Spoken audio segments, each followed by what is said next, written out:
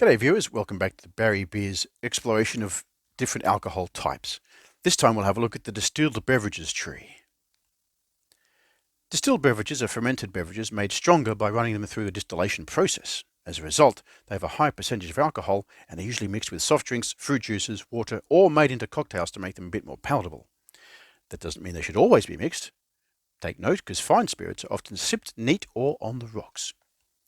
Distilled beverages can range from 20% ABV up to around 60 or 70 like a cask strength whiskey. However, most spirits sit around 40%.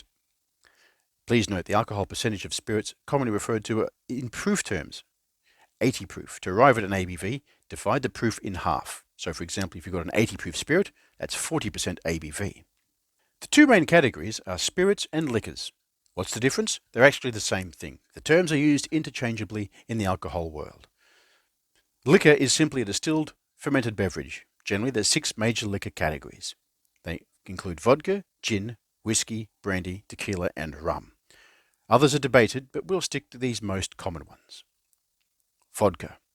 Vodka is a neutral-flavoured clear spirit, primarily made from grains, but can honestly be made from anything. Corn, fruit, even potatoes can be made to use vodka. Vodka is made to be virtually tasteless, odourless, and transparent. Does have subtle flavour profiles, distinguishing between brands depending on how they're created or used. Gin. Gin is essentially flavoured but not sweetened vodka. It's a clear colour and has both botanicals and spices added. The essential ingredients in gin are the juniper berry. For gin to be gin, it must be flavoured with a juniper berry. Whiskey. Among the different types of liquor, whiskey can be the most overwhelming. Even the way it's spelled depends on where the spirit's distilled. For whiskey to be whiskey, it must be distilled from fermented grain juice, essentially beer, and depending on where it's from, it must adhere to strict legal requirements. Common grains include corn, rye, barley, and wheat, and the grain use is an essential factor for the type of whiskey produced. Bourbon, Scotch, Irish whiskey, blends, single malts, etc. all have specific requirements that they need to be adhered to, and there are some popular brands such as Johnnie Walker, Jameson's, Jack Daniel's, Woodford's, and Canadian Club. Rum. Rum can be distilled using sugarcane, but it's primarily made using molasses, a thick dark brown juice obtained from raw sugar. It's usually aged in barrels because it's primarily made in the Caribbean, and its requirement laws are nowhere near as strict as whiskey.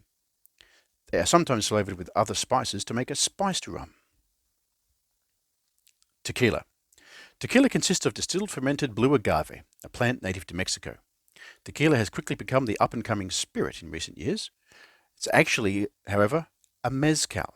Tequila itself comes from the area of tequila, much like champagne comes from the area around Champagne.